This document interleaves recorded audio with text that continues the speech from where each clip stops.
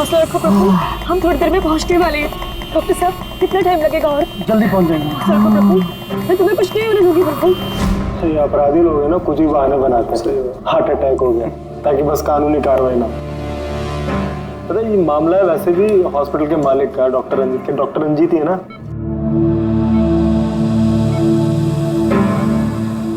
Don't worry Sushila ji, operation के बाद दोनों ब्लॉकेजेस निकल जाएंगे।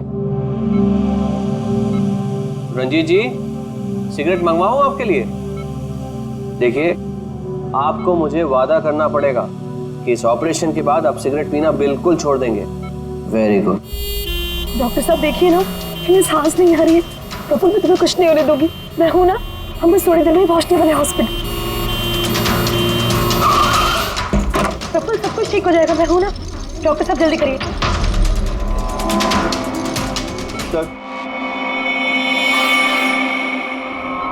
सर बाहर मीडिया वाले जाने को तैयार ही नहीं हो रहे। उनको लग रहा है ये सर्जरी, ये सब कुछ एक नाटक है।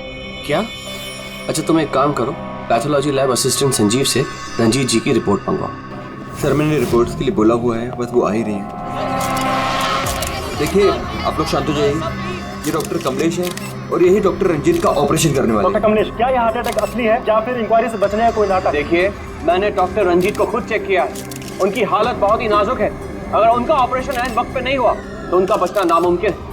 You understand that? लेकिन ऑर्गन ट्रांसप्लांट रैकेट में नाम आने के बाद ही ये हार्ट अटैक आया, तो ये कोई महज इत्तेफाक तो नहीं हो सकता। देखिए, हार्ट अटैक उस केस से पहले आया या उस केस के बाद में, ये मैं नहीं जानता। मैं बस इतना जानता हूँ कि यहाँ पे कोई नाटक, कोई ड्रामा नहीं चल रहा है। हम तो ये भी जानते हैं कि कई सालों से आप मिस्टर रंजीत के दोस्त भी हैं। आप लोग क्या कहने की कोशिश कर रहे हैं? हाँ, मिस्टर रंजीत और हम दोस्त हैं, करेक्ट। लेकिन मिस्टर रंजीत अगर किसी रैकेट में शामिल है या नहीं है तो उससे मेरा कोई लेना देना नहीं है। मैं बस इतना जानता हूँ कि यहाँ पर कोई नाटक नहीं चल रहा है, कोई ड्रामा नहीं चल रहा है। सर ये लीजिए। लाइए, ये देखिए, ये है उस बात का सबूत। ये है उनका लिपिड प्रोफाइल टेस्ट, देखिए। ये उनके कोलेस्ट्रॉल कफ के बढ़ते लेवल, ये उनके ट्राइग्लिसराइड, देखिए। ये है उनके दिल का स्कैन, ये देखिए। यहाँ पे साफ साफ दिख रहा है कि उनके जो दो मेन आर्टरीज है वो लगभग पूरी तरह से ब्लॉक्ड हैं। उनका साफ होना बहुत जरूरी है। मैं बस वही करने की कोशिश कर रहा हूँ। कल सुबह उनका ऑपरेशन है और आप लोगों को जो भी सवाल पूछते हैं ना, उनके ऑपरेशन के बाद, उनके होश में आने के बाद उनसे पूछ ली। Thank you very much.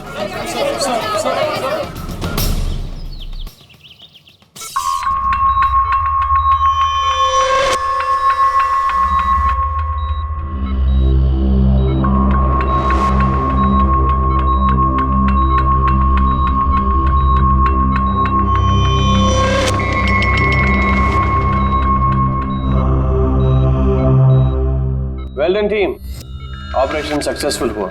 अब सारे ब्लॉकेजेस क्लियर है और अब ये खतरे से भी बाहर है। Vineet, dressing room. जी sir.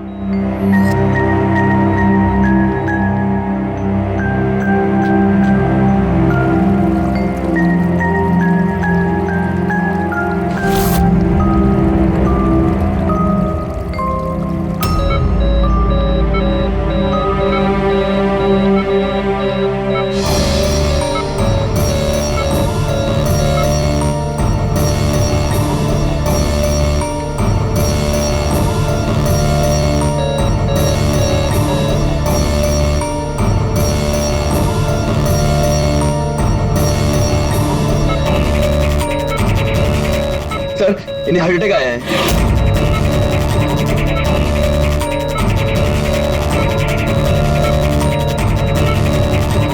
Vineet, give him the injection right now.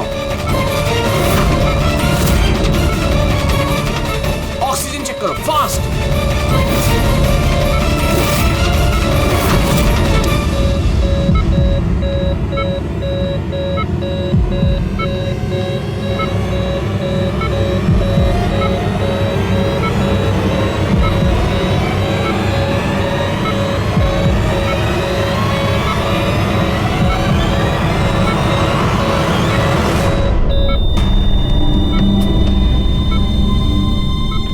ये कैसे हो गया?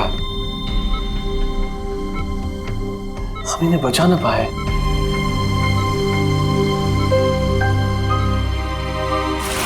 मौत नहीं ऑफिसर, मर्डर हुआ है।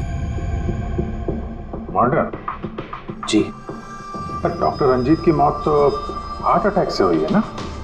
हार्ट अटैक तो हुआ है लेकिन अपने आप नहीं हुआ है। क्या मतलब? आइए मैं आपको दिखाता हूँ, आइए। ये देखिए सर, ये है रंजीत के दिल का स्कैन जो उसकी सर्जरी के पहले किया गया था।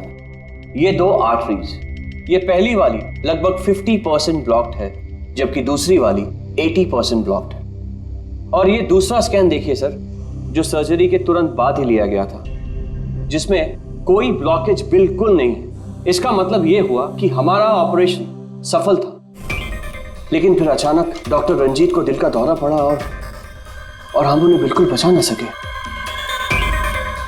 तो इसीलिए आप कह रहे हैं कि रंजीत को हार्ट अटैक नहीं बल्कि किसी ने मारा है? सर, मुझे पूरा यकीन है कि डॉक्टर रंजीत की हत्या ही हुई।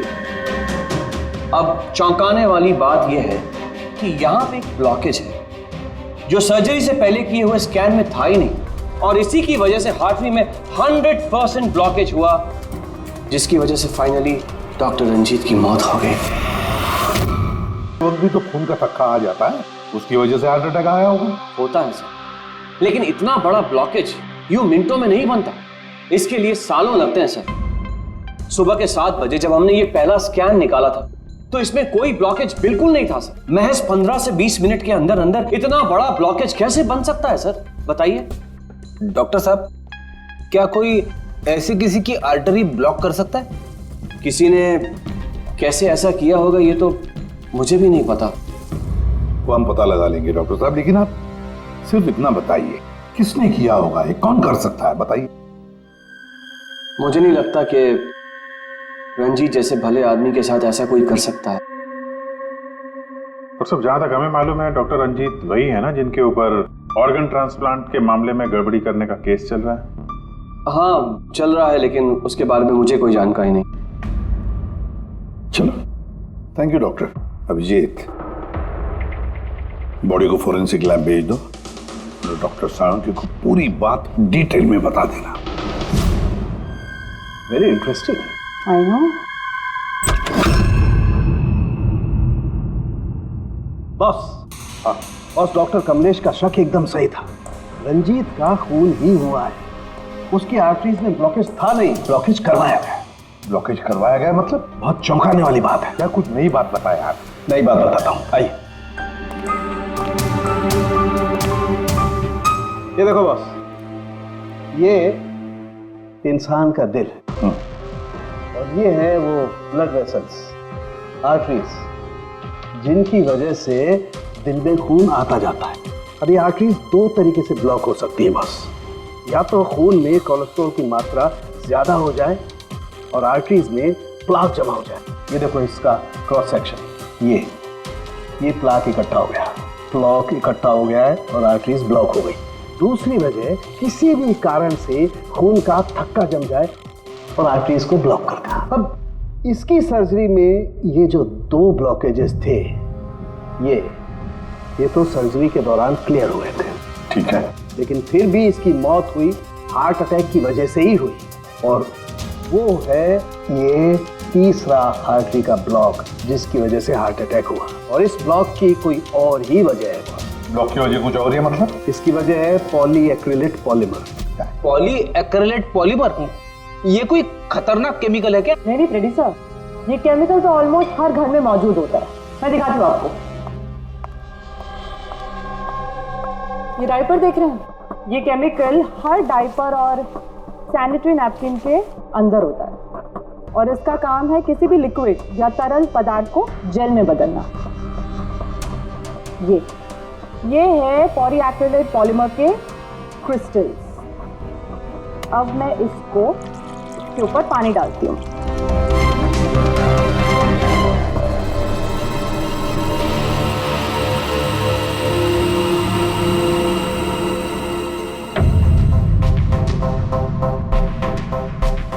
अरे ये तो जेल बन गया।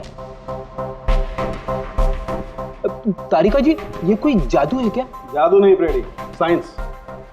बॉस, इस केमिकल को वाटर लॉक भी कहते हैं। ये अपने से कई 100 गुना ज्यादा पानी को या किसी भी लिक्विड को अपने अंदर सोख लेता है। अच्छा, तो इसीलिए ये डायपर्स और सैनिटरी नैपकिन में इस्तेमाल होता है। और सर, रंजीत के आर्टरी के ऑटोप्सी में यही केमिकल मिला है। बॉस, ये केमिकल अपने आप तो उसकी आर्टरी में पहुंचेगा नहीं। हाँ, सर्जरी के वक्त ही गया होगा।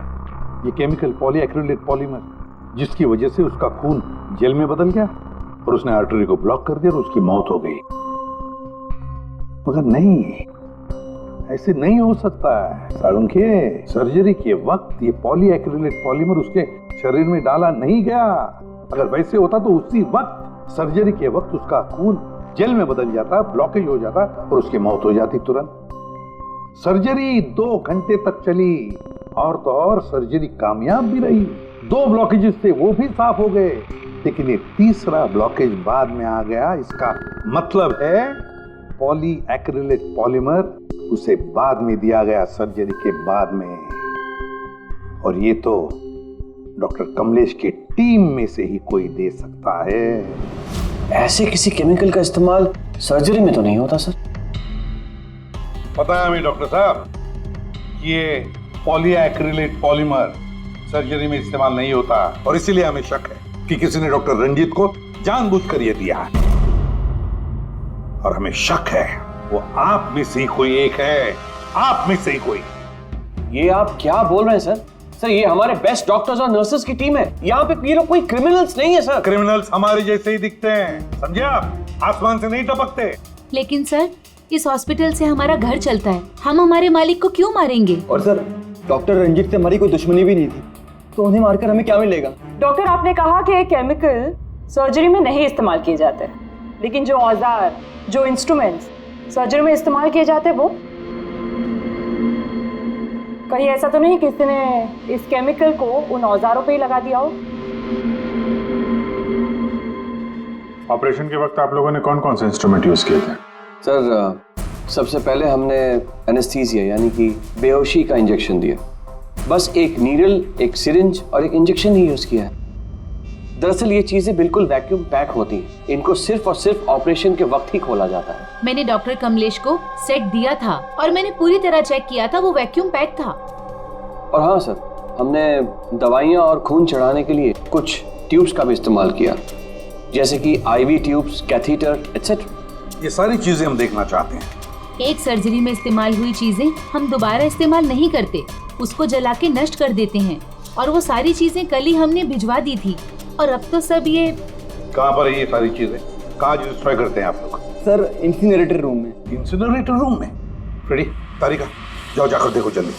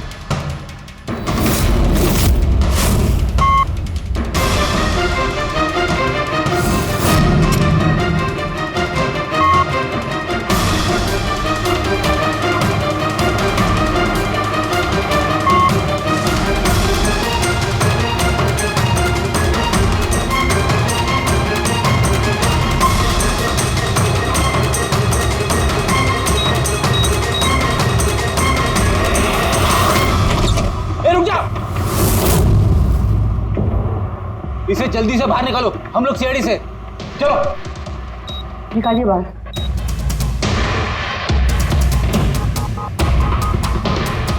मैं इसे इमीडिएटली चेक करके आपको बताती हूँ। हाँ?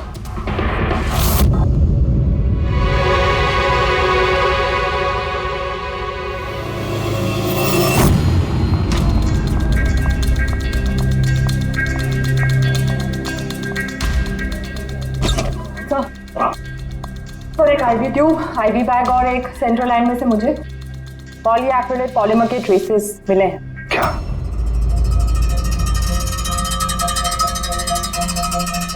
क्यों डॉक्टर साहब, किसने डॉक्टर रंजीत को IV ट्यूब और IV बैग लगाई थी? डॉक्टर नीतू ने।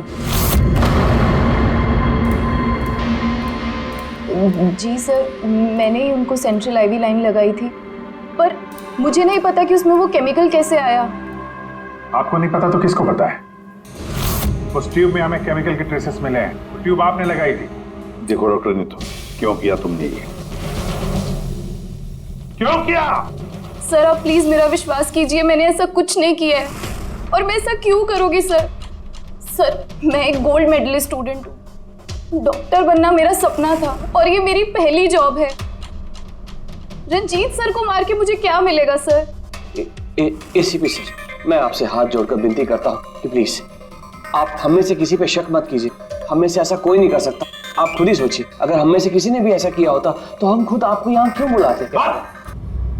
बस वो केमिकल आईवी ट्यूब और आईवी बैग में से मिला है और वो डॉक्टर नीतू ने लगाया था। अगर डॉक्टर नीतू ने नहीं लगाया तो फिर और किसने लगाया? है कोई जवाब?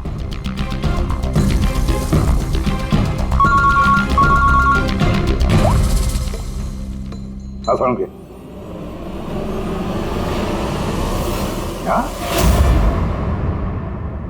क्या साळुंखे, अभी तक तो तू ये कह रहा था कि पॉलीएक्रिलेट पॉलीमर से कोई भी लिक्विड कुछ ही सेकंडों में जेल में कन्वर्ट होता है। अब तू कह रहा है कि डॉक्टर रंजीत की सर्जरी से पहले उसे ये पॉलीमर दिया गया था। कैसे? ये कैसे हो सकता है? हाँ? बॉस, जब मैंने रंजीत की ऑटोप्सी को और बारीकी से चेक किया तो मुझे पॉलीएक्रिलेट पॉलीमर के अलावा एक और केमिकल भी मिला। और एक केमिकल मिला? कौन सा? जेलेटिन। जेलेटिन तो घुल गया है लेकिन उसके ट्रेसेस अभी भी बाकी हैं बॉस। यार तू कहना क्या चाहता है? मुझे आश्चर्य इस बात का है कि जेलेटिन आखिर उसके खून में गया तो गया कैसे? जेलेटिन, ये कैप्सूल का घोल जेलेटिन का बना होता है जिसमें दवाई भरी जाती है और ये कैप्सूल शरीर में तब तक नहीं घुलता है जब तक वो अपनी जरूरी जगह पर नहीं पहुंच जाए, क्योंकि इस जेलेटिन को घुलने में थोड़ा वक्त लगता है। ये देखो, ये जेलेटिन का कैप्सूल ये हमने पानी में डाला, अब इसे घुलने में थोड़ा वक्त लगेगा। तो मतलब साळुंखे, तेरे कहने का मतलब है कि जिसने भी ये किया है उसने पॉलीएक्रिलेट पॉलीमर रंजीत के शरीर में इस कैप्सूल के जरिए डाल दिया है। नहीं बॉस, कैप्सूल के जरिए नहीं, बल्कि उसने ये पॉलीएक्रिलेट पॉलीमर के छोटे छोटे क्रिस्टल्स को जेलेटिन में कोट कर दिया।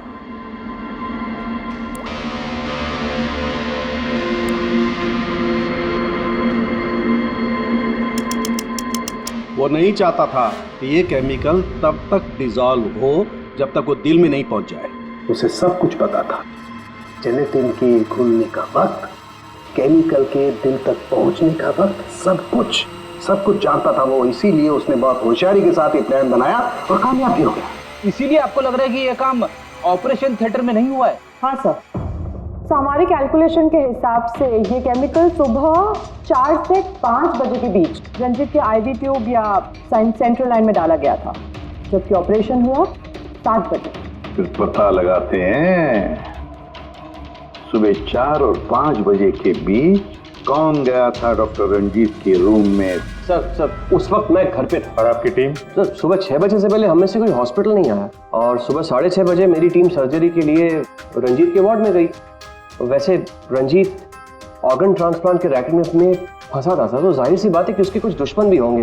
तो ये सारा मामला इलीगल ऑर्गन ट्रांसप्लांट का ही है? हाँ? सर मुझे इसके बारे में तो ज़्यादा जानकारी नहीं है, लेकिन लोगों ने कंप्लेन की है कि रंजीत ऑर्गन ट्रांसप्लांट की लिस्ट में धांधली किया करता था सर। कैसी लिस्ट? जब भी किसी मरीज को अपने शरीर का अंग बदलना होता, उसे जरूरत होती एक ऐसे डोनर की जिससे वो अंग लिया जा सके। कई बार ऐसे मरीज महीनों यहाँ तक कि सालों साल भी डोनर का इंतजार करते हैं। ऐसे मरीजों की एक लिस्ट होती है और जैसे ही डोनर मिल जाता है उस लिस्ट के हिसाब से पहले और बाद में उन्हें वो अंग दे दिया जाता है। लेकिन लोगों की ये कंप्लेन रही है कि डॉक्टर रंजीत जरूरतमंद मरीजों को वो अंग न देकर अमीर और पैसे वाले मरीजों को भारी कीमत पर वो अंग बेच दिया करते थे। लेकिन इससे पहले कि इस केस का कोई भी निष्कर्ष निकल था, किसी ने डॉक्टर रंजीत को ही मार दिया। हॉस्पिटल में कल सुबह 4 और 5 बजे के बीच जितने भी लोग मौजूद थे उन सब से पूछताछ करते हैं। ऑपरेशन के पहले पूरे वक्त में उनके साथ थी। सर भाभी जी को कहीं जाना पड़ता था तो मैं और धर्म वहीं पे होते थे। रात को कौन था वहां पे? सर 12 बजे तक तो हम लोग भी थे, उसके बाद हम लोग चले गए थे। तो मैम रात को आप थी वहां पे? जी 4 से 5 बजे के बीच भी? जी हाँ, 4 और 5 के बीच में वही थी। इससे आप साबित क्या करना चाहते हैं? मैंने मेरे पति को मारा है, मैं पत्नी हूँ उनकी। ऐसे समय में मैं उनके पास नहीं रहती तो कहाँ रहती? देखिए मैम, 4 से 5 बजे के बीच मिस्टर रंजीत की आईवी में वो केमिकल डाला गया, और अगर उस वक्त आप थी वहां पर तो जाहिर सी बात है कि आप ही ने किया। ये क्या कह रहे हैं आप? देखिए मेरे पति जैसे भी थे, वो उन पे कोई भी इल्जाम था, वो एक अच्छे पति थे, मेरे सब कुछ थे, और उन्हें मारने के लिए मेरे पास कोई वजह नहीं थी। देखिए, अगर आपने ये नहीं किया है तो जिसने भी ये किया है या जो भी 4 से 5 बजे के बीच वहां पर आया था, आपने उसे देखा तो हो गई? मैंने घड़ी तो नहीं देखी थी, लेकिन लगभग उसी वक्त वार्ड में एक डॉक्टर आया था। मैं उनका चेहरा नहीं देख पाई क्योंकि चेहरे पर मास्क था। क्या हुआ डॉक्टर? सब ठीक है ना? इनका सीआरपी रिपोर्ट नॉर्मल है। डॉक्टर आप कुछ बोल क्यों नहीं रहे? कोई चिंता वाली बात तो नहीं है ना? डॉक्टर डॉक्टर ये 4 से 5 बजे के बीच मिस्टर रंजीत को जो आईवी बैग लगा हुआ था वो किसने लगाया था? सर मैंने रात को 12 बजे लगाया था, वो सुबह तक चल रहा था।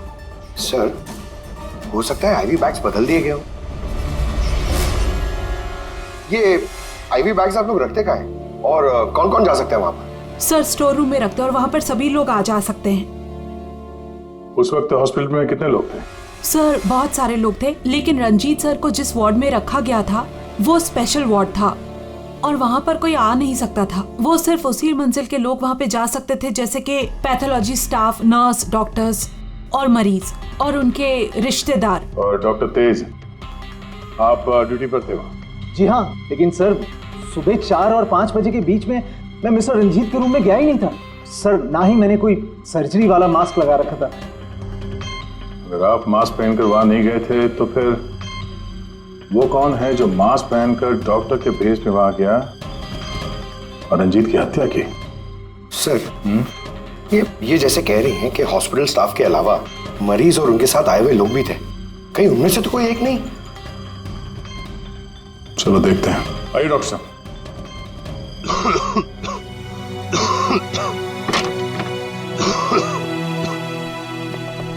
सर इस वार्ड में वो मरीज हैं जो कल भी एडमिट थे।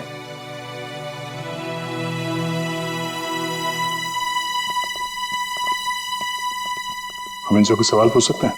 पूछ सकते हैं सर, लेकिन इनमें से कोई भी ऐसा नहीं है जो खुद चलकर उस वार्ड तक जा सके। खुद नहीं जा सकता, लेकिन कोई तो होगा जिसने उस खूनी को देखा। सर इनमें से 2 मरीज ऐसे हैं जिनकी सर्जरी हुई है और बाकी सब इस हालत में नहीं है कि उठकर इस वार्ड से बाहर निकले।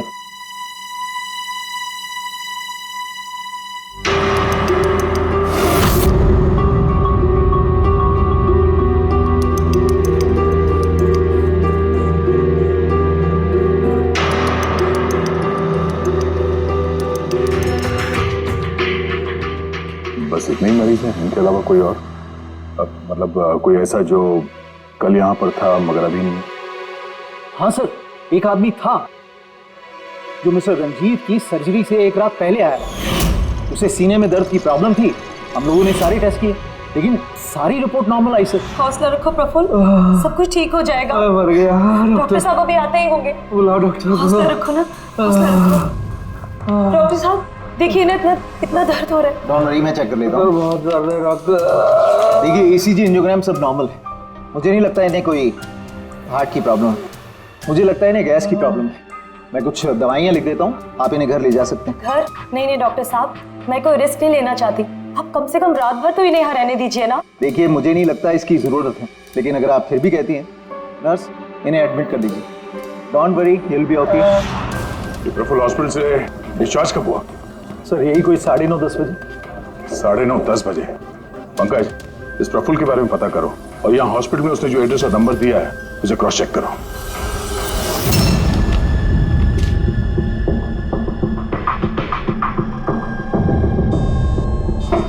सर। हाँ पंकज, प्रफुल्ल के बारे में कुछ पता चला? नहीं सर, नहीं सर हॉस्पिटल में प्रफुल्ल ने जितनी भी डिटेल्स दिखाई थी सर सब गलत थी, और प्लस उसने पेमेंट भी कैश में की थी सर। मगर ये वार्ड बॉय एम्बुलेंस में प्रफुल्ल को हॉस्पिटल लेके गया था सर। कहाँ से उठाया था उसको? मलाड से साहब, मैं उसकी वाइफ को जानता हूँ। वाइफ को जानते हो? कैसे? वो पीकॉक बार की 1 नंबर डांसर चेरी है, और मैं उसका फैन नंबर 1 साल से रेगुलर हर हफ्ते वहां जाता था, खाली उसी की वास्ते। अपने को वो कभी देखी ही नहीं, और उस दिन एम्बुलेंस में कितने प्यार से अपने पति का टेक केयर कर रही थी, कसम से जान जल रही थी मेरी। ये देखकर मेरा दिल टूट गया। तो रूपाली असल में पीकॉक बार की डांसर है सर, चेरी। रूपाली पीकॉक बार की डांसर रूपाली उस चेरी, इस चेरी से जाकर मिलो, अच्छी तरह से पूछताछ करो, यही हमें प्रफुल्ल के बारे में सब कुछ बता देगी।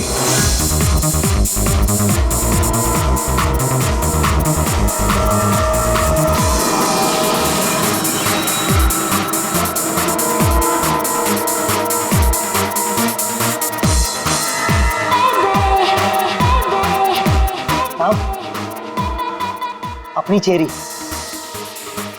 आज तो खुश दिख रही है। चेरी को छोड़, वो आदमी कहाँ है?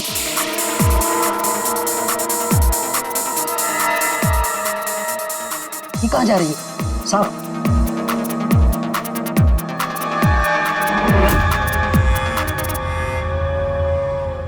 साहब यही है चेरी का मर्द। ये है?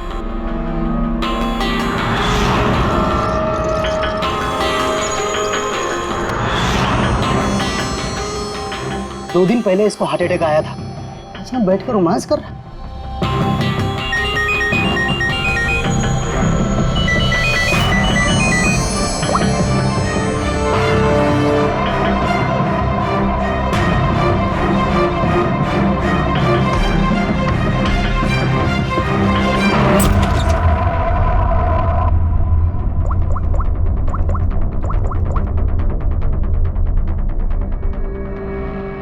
देख, मैंने काम पूरा किया ना बॉस, तो पूरा पैसा ही बनता।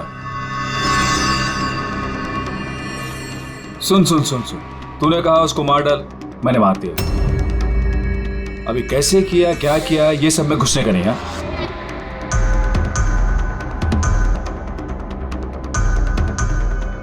देख देख देख देख, अभी मेरे को ये बता, मेरे को पैसा लेने किधर आने का है बस। ठीक है, कल सुबह 10 बजे, ठीक है?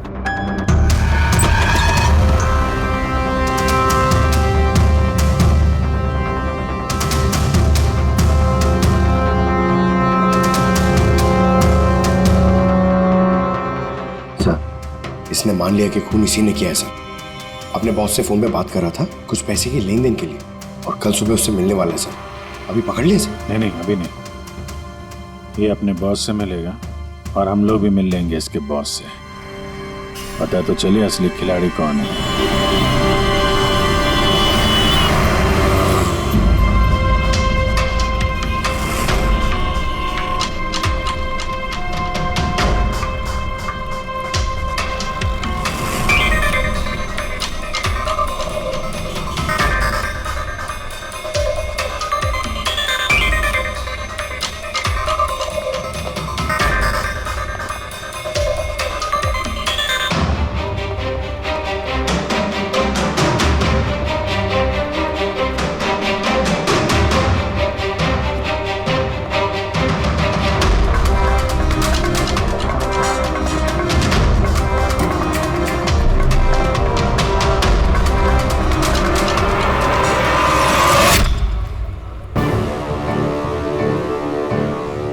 ये करने क्या आया है यहाँ पे?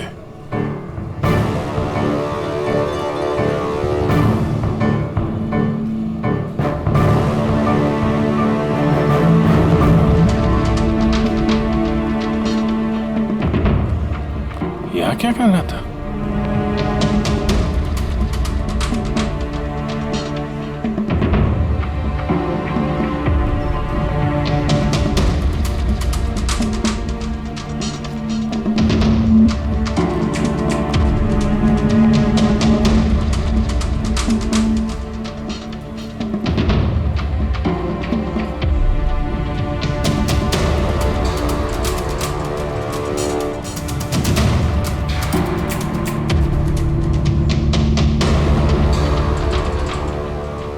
आया था तो खा लिया, तभी बैग लेके जा रहा है। बॉस तो बहुत चालाक निकला। इसको पकड़ते हैं। कौन हो तुम? अरे वो सब छोड़ो, पहले ये बैग, इसे खोल के दिखाओ, क्या है इसमें? अरे सामान है मेरा, और क्या करने का आप लोगों को? कौन है आप लोग? सीआईडी। सीआईडी? ये बता कि रंजीत को क्यों मारा तूने? हैं? किसके कहने पे मारा? सर मेरा रंजीत को? कौन सा रंजीत सर? कौन सा रंजीत?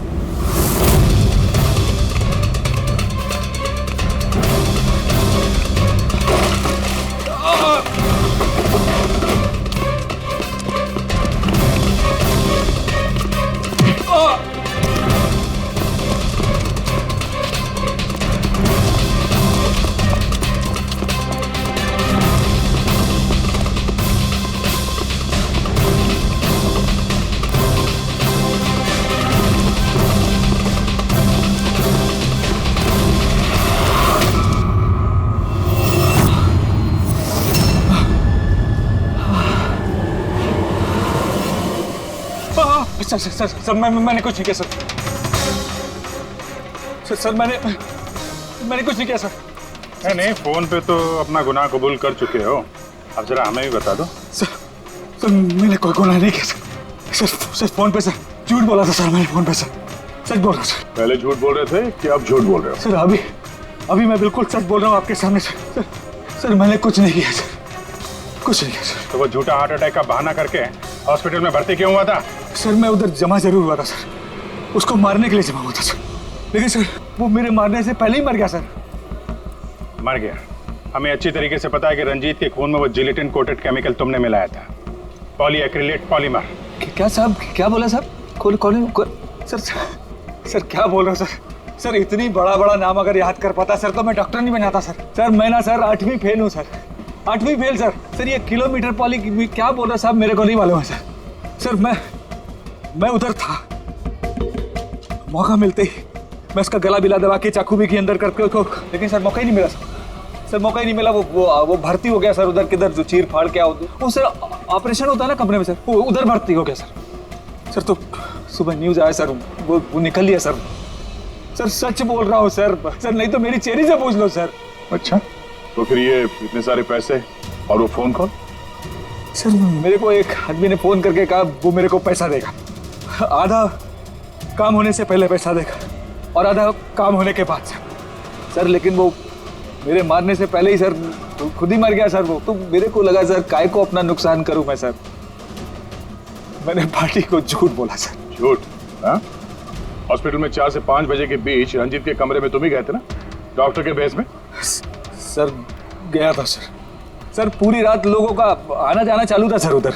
सुबह 4-5 बजे सर थोड़ा शांति माहौल हुआ सर, तो मैं डॉक्टर का वो इधर लगाते सर मास्क और कोट बीट पहन के सर गया सर। मैं जैसे ही इसको मारने वाला था ना उधर आंटी चक गई सर। क्या बात है डॉक्टर?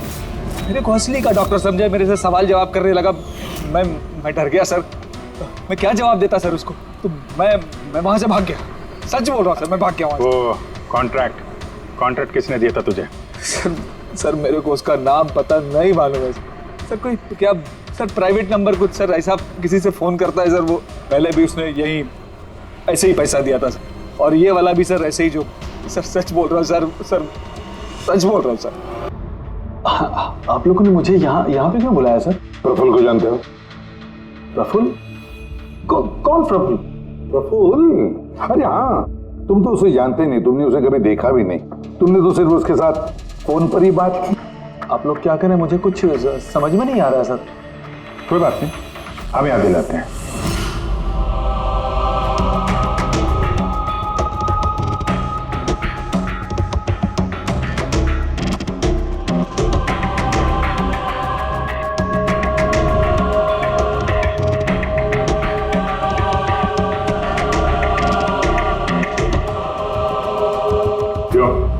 अभी भी कुछ कहना है तुम्हें? तो गगन जी बताइए, अभी क्यों मारना चाहते थे तुम रंजीत को? बताओ जल्दी। सर रंजीत साहब के साथ उस किडनी रैकेट में मैं भी था। लेकिन सर धांधली मैंने नहीं की है सर, मैं तो सिर्फ रंजीत साहब को बड़ी बड़ी पार्टियां ला कर देता था, बाकी सब तो वही किया करते थे सर। जब ये केस हो गया तो मुझे पता था कि फंसने पर रंजीत साहब सारा दोष मेरे सर पे मर देंगे। इसी से बचने के लिए मैंने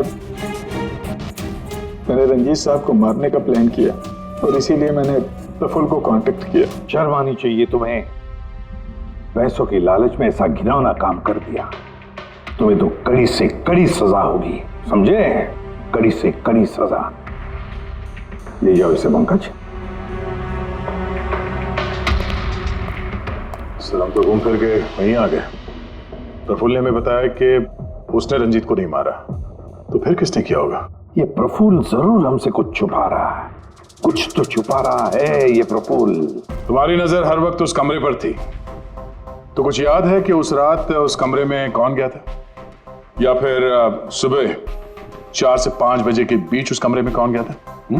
साहब, उस रात रंजीत साहब के कमरे में बहुत सारे लोगों का आना जाना लगा था और मैं तो इस मौके का इंतजार कर रहा था कि कोई ना हो और मैं अपना काम। सब 4-5 बजे के बीच स्टाफ के सारे लोग चले गए।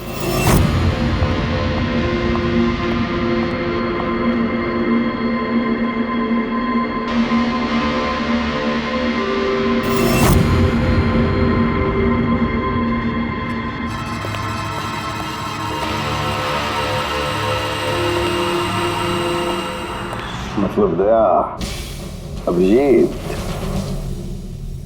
खूनी वही है।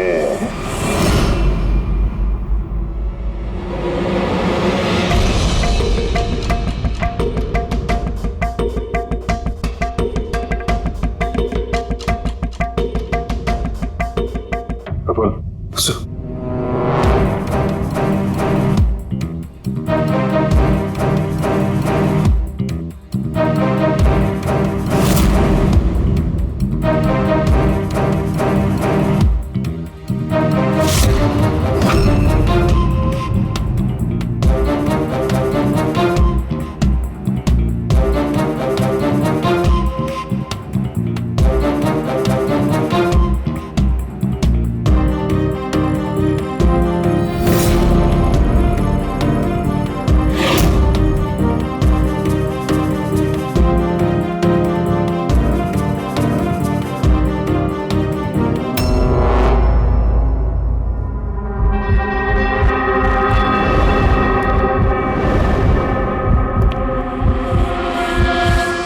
Pathology lab assistant Sanjeev.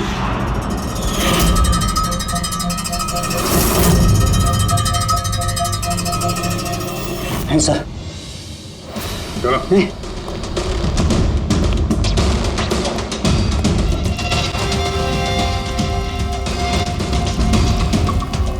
बताओ सब कुछ सच सच बताओ जल्दी।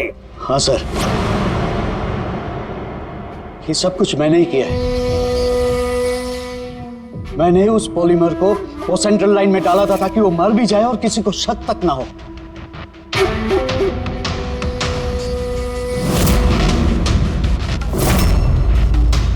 मैं तो चाहता था सर कि वो ऑपरेशन के दौरान ही मर जाए, लेकिन वो बाद में मरा है? तो क्यों मारा तुमने डॉक्टर रंजीत को? ऐसी क्या दुश्मनी थी तुम्हारी डॉक्टर रंजीत के साथ? उसने मेरी जिंदगी मुझसे छीन ली थी सर। उसने मेरी बेटी को मार डाला था सर। बेटी को मार डाला था। क्या बकवास कर रहे हो? रंजीत कभी किसी का खून नहीं कर सकते। ऐसा मुझे भी लगा था। मैंने 15 साल इस अस्पताल में ईमानदारी से सेवा की और अचानक एक दिन मुझे पता चलता है कि मेरी बेटी का बॉडी ऑर्गन फेल हो गया। उसकी जिंदगी के लिए नया बॉडी ऑर्गन का मिलना बहुत जरूरी था सर, और वो मिला भी। एक डोनर मिला सर, और कुछ ही दिनों में उससे नया बॉडी ऑर्गन डालने वाले थे। उसे नई जिंदगी मिलने वाली थी सर, नई जिंदगी। मैं खुशी से पागल था सर, खुशी से पागल हो गया था। सारी तैयारियां हो चुकी थी इसी अस्पताल में सर। ऑपरेशन भी होने वाला था, लेकिन मुझसे और इंतजार करने को कहा गया। वो नन्ही सी जानती कब तक इंतजार करती सर? वो तो चली गई, मुझे छोड़ के चली गई सर। फिर मैंने एक दिन ऑफिस में उसका केस पेपर देखा सर।